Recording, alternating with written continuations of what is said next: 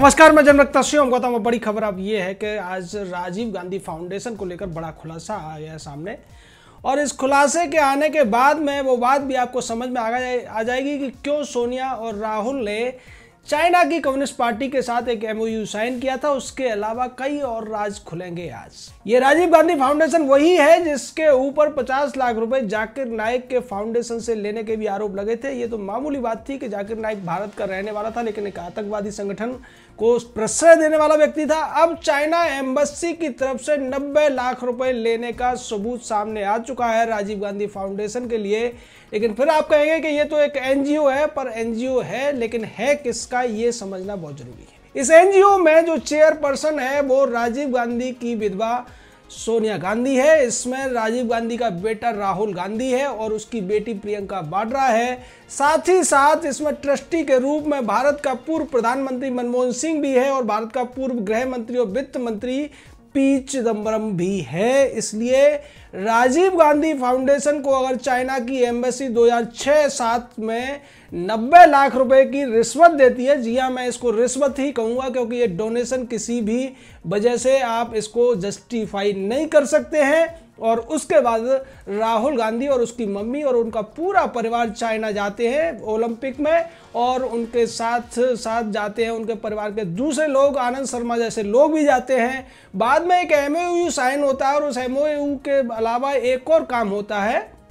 और वो काम ये था कि भारत और चीन के बीच में जो व्यापार है उसको किस तरीके से फ्री ट्रेड के रूप में बदला जाए, यानी कि खुला व्यापार समझौता दोनों देशों के बीच में कैसे किया जाए। और इसको लेकर एक स्टडी कराई जाती है कांग्रेस पार्टी की तरफ से। उसमें यह कह दिया जाता है कि दोनों देशों के बीच में अगर खुला व्यापार होता है तो भारत को बहुत फायदा होगा। अब आप इससे समझ गए होंगे कि ये किस तरीके से राजीव गांधी फाउंडेशन को रिश्वत दी गई थी, कांग्रेस पार्टी को रिश्वत दी गई थी चीन के द्वारा। और उसके बाद ही मनमोहन सिंह ने प्रधानमंत्री रहते हुए ये कह दिया था कि चीन के साथ हमारा व्यापार का लक्ष्य है $100 बिलियन, यानी कि आज जितना व्यापार भारत चीन के साथ कर रहा है उससे भी 1.5 गुने व्यापार की उम्मीद लगाई हुई थी मनमोहन सिंह ने 2014 आते आते। और इसके पीछे वजह यही थी कि उनको मोटी रकम मिल रही थी कांग्रेस पार्टी का जो शाही घराना था, जो कि कांग्रेस पार्टी की उस सरकार को वास्तव में चला रहा था जिसके मुखिया मनमोहन सिंह हुआ करते थे। ये खुलासा किया एक टीवी चैनल ने। उसके अलावा भारतीय जनता पार्टी की तरफ से भी इस बात को लेकर चर्चा की गई, और उसके साथ साथ एक और चीज निकलकर सामने आई, और वो ये थी कि चीन की ही एक और कंपनी जिसको हिक विजन डिजिटल टेक्नोलॉजी कहते हैं, उसकी तरफ से भी एक डोनेशन दी गई, और ये डोनेशन दी गई थी शशि थरूर के एनजीओ को। ये तो 2-3 उदाहरण है जिससे आप समझ सकते हैं कि कांग्रेस पार्टी के बड़े बड़े नेताओं ने एनजीओ खोले हुए हैं और उन एनजीओ के मार्फत ये लोग रिश्वत लेने का काम करते हैं। जैसा कि चिदम्बरम के मामले में आया था सामने को, वो अपने बेटे की कंपनियों में रिश्वत लेता था। और जहां तक राजीव गांधी फाउंडेशन का सवाल है, जैसा मैंने जिक्र भी किया कि जाकिर नाइक जैसे अलगाववाद की बात करने वाले, आतंकवाद की बात करने वाले और देश को जला देने की बात करने वाले एक कट्टरपंथी मुस्लिम नेता से भी राजीव गांधी फाउंडेशन में सोनिया गांधी ने डोनेशन ली थी, और सोनिया गांधी के हाथों में ही ये चलता है। इसका एक किस्सा और मैं आपको बता देता हूं। जब केदारनाथ में बड़ी त्रासदी आई थी, तब सरकारी तौर पर जो दान की वस्तुएं मिली थी उनको राजीव गांधी फाउंडेशन के नाम से हेलीकॉप्टरों के द्वारा बंटवाया जा रहा था उत्तराखंड में, और तब उत्तराखंड में कांग्रेस की ही सरकार थी। ये वाकया हमने खुद देखा था, और उस सामान को हेलीकॉप्टर में लोड कराने के लिए छोटे छोटे बच्चों को पकड़ा जा रहा था, जिसका हमने विरोध भी किया था गुप्तकाशी के अंदर। तो आप समझ लीजिए कि राजीव गांधी फाउंडेशन करता क्या है, ये सोनिया और राहुल का प्रचार करता है, और जब किसी से रिश्वत लेने की बात होती है तो फिर इसमें फाउंडेशन के नाम पर डोनेशन ले लिया जाता है। और जब सवाल उठते हैं तो कांग्रेस की अध्यक्षा सोनिया गांधी और उसका बेटा राहुल गांधी इस सब से अपने आप को अलग करने का दावा भी कर देते कि उन्हें नहीं पता किसने कितना फंड दिया, हमारा जो संगठन है ये चैरिटी के काम करता है, इसलिए इसमें डोनेशन आती रहती है। लेकिन यहां जो डोनेशन आई है वो दुश्मन देश से आई है, और दुश्मन देश की एम्बेसी से पैसा लेने का सीधा मतलब है कि इसके पीछे कुछ न कुछ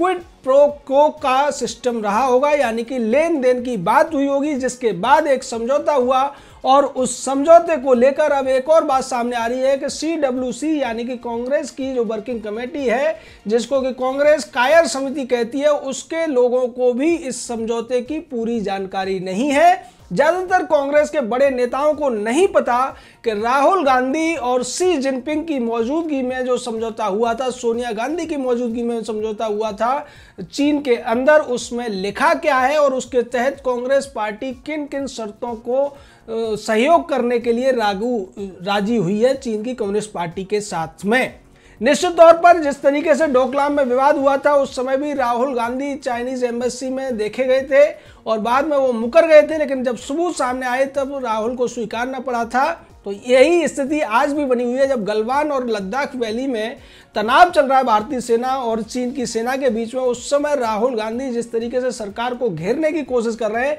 और उस पर तमाम सवाल उठ रहे थे कि कहीं ना कहीं ये चीन को फायदा पहुंचाने के लिए किया जा रहा है, लेकिन अब उसके पूरे सबूत सामने आ चुके हैं कि ये वास्तव में चीन को फायदा पहुंचाने के लिए ही किया जा रहा है, जिसके लिए राहुल गांधी की पार्टी और शी जिनपिंग की पार्टी 2008 में एक समझौता कर चुकी है। साथ ही साथ देश की अर्थव्यवस्था को कमजोर करने की किस तरीके से साजिश रची गई थी। मनमोहन सिंह की सरकार में 2010 में एक स्टडी कराने का ड्रामा किया गया और इस स्टडी में यह कहा गया कि चीन का व्यापार बहुत ही ज़्यादा उन्नत है, उसकी वस्तुएं बहुत ज़्यादा उन्नत हैं और अगर चीनी सामानों के लिए भारतीय बाजार को खोल दिया जाए तो भारत के लोगों को उच्च क्वालिटी के प्रोडक्ट्स मिलेंगे, सस्ते में मिलेंगे और इससे दोनों देशों को फायदा होगा, लोगों को रोजगार मिलेगा बेचने के काम में। लेकिन उसके जो दुष्परिणाम थे उसको नज़रअंदाज किया गया। दुष्परिणाम ये थे कि कहीं भी जब फ्री ट्रेड का एग्रीमेंट होता है तो दोनों देशों के बीच में बराबरी होनी चाहिए, लेकिन चीन और भारत के बीच में प्रोडक्ट्स को लेकर या कीमतों को लेकर किसी तरीके की बराबरी नहीं थी। इसका मतलब यह था कि ऐसे फ्री ट्रेड एग्रीमेंट का जो रिजल्ट होना था, जो कि आज हो चुका है, वो ये था कि भुगतान संतुलन बिगड़ जाएगा। जो देश उन्नत स्थिति में है उसके पक्ष में भुगतान संतुलन आ जाएगा और दूसरे देश के ऊपर उस देश का कर्जा हो जाएगा। वही स्थिति आज भारत को देखने को मिल रही है, जब चीन का व्यापार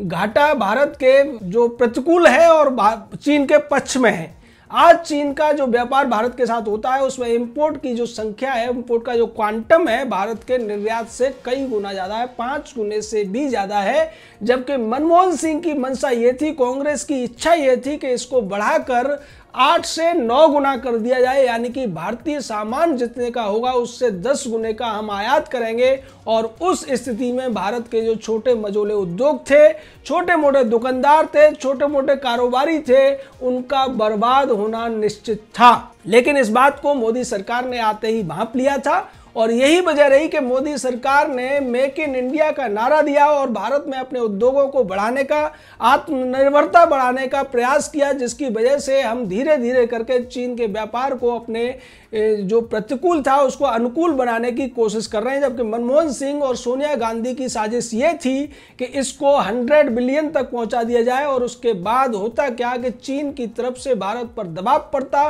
पैसा चुकाने के लिए और उस बहाने से चीनी कंपनियां भारत में तमाम कब्जे कर लेती, तमाम कंपनियों को खरीद लेती, जैसी कि कोशिश अभी उन्होंने लॉकडाउन के दौरान भी की थी, जिस पर अंकुश लगाने का काम भी मोदी सरकार ने किया। तो ये है कांग्रेस का पूरा कच्चा चिट्ठा कि ये देश को बेचने के लिए भी रिश्वत ले लेती है और रिश्वत लेने के बाद भी ये उन लोगों पर आरोप लगाती है जो देश की रक्षा कर रहे हैं। जिस कांग्रेस ने भारत की भूमि का 1,20,000 किलोमीटर से ज्यादा का हिस्सा चीन और पाकिस्तान को आसानी से दे दिया, जिस कांग्रेस की शासनकाल में चीन लगातार लद्दाख के इलाकों में कब्जे करता रहा, सिक्किम की तरफ भी वो कोशिशें करता रहा, वही कांग्रेस आज जब भारत की सेना 1 इंच भूमि भी देने को तैयार नहीं है तब भारत की सेना पर आरोप लगाती है, भारत के प्रधानमंत्री पर आरोप लगाती है और ये कहने की कोशिश करती है कि चीन ने भारत के बहुत बड़े भूभाग पर कब्जा कर लिया है। सीधे तौर पर कांग्रेस ऐसा कहकर चीन को एक मनोवैज्ञानिक लाभ देना चाहती है और उस लाभ का फायदा ये होगा कि चीन जैसे कांग्रेस के शासनकाल में भारत की भूमियों पर कब्जा करता रहा है, उसी तरीके से चीन के दबाव में आकर भारत सरकार कोई कार्रवाई न करे। और इसी के लिए कांग्रेस की तरफ से या कांग्रेस के जो चाटुकार पत्रकार हैं उनकी तरफ से बार बार ये कहने की कोशिश भी की जाती रही है कि जो चीन की सेना है भारतीय सेना से बहुत ज़्यादा मजबूत है, चीन के पास बहुत बड़ी टेक्नोलॉजी है, चीन भारत को आसानी से हरा सकता है। इसका सीधा सीधा मतलब ये है कि जो अभी पिछले दिनों अमेरिका की तरफ से एक खबर आई थी कि चीन अपने यहाँ से तमाम ऐसी एजेंसियों को पैसा देता है जो दूसरे देशों में जिन्हें वो कब्जा करना चाहता है वहाँ पर अपनी सरकार के खिलाफ लोगों को भड़काते हैं, उसके खिलाफ विद्रोह करने की कोशिश करते हैं या दूसरे तरीके की आइडियोलॉजी का प्रसार करते हैं, लोगों का ब्रेन वॉश करते हैं। अब आप समझ गए होंगे कि कांग्रेस के इस खेल में तमाम वो हरे लाल चैनलों के पत्रकार और पक्षकार भी शामिल हैं जो खुद को भ्रमजीवी नहीं मानते बल्कि बुद्धिजीवी मानते हैं और चीन की हाँ में हाँ मिलाना या फिर चीन के गीत गाना उनके लिए एक पत्रकारिता का शगल कहलाता है। लेकिन कांग्रेस की पोल भी खुल चुकी है, उन पत्रकारों की पोल भी खुल चुकी है और इसकी वजह से अब ये लोग बौखलाए हुए हैं, इसीलिए बार बार गलवान को चीन के द्वारा हट पे जाने की बात कर रहे हैं। इसीलिए कभी सेना पर आरोप लगाते हैं, कभी ये कहते हैं कि चीन बहुत आगे बढ़ाया है, चीन ने ये कर दिया है, चीन वो कर देगा। कभी ये कहा जाता है कि चीन के प्रोडक्ट्स को हम नकार ही नहीं सकते, चीन के ऊपर हम बहुत ज़्यादा डिपेंडेंट हैं, हम सेल्फ डिपेंडेंट हो ही नहीं सकते। तो इस तरीके की बातें करके ये सरकार को भी एक तरीके से मनोबल गिराने की कोशिश कर रहे हैं, कारोबारियों का मनोबल गिराने की कोशिश कर रहे हैं और सीधे तौर पर इसके माध्यम से ये चीन को फायदा पहुंचाने की कोशिश कर रहे हैं। जय हिंद, जय भारत।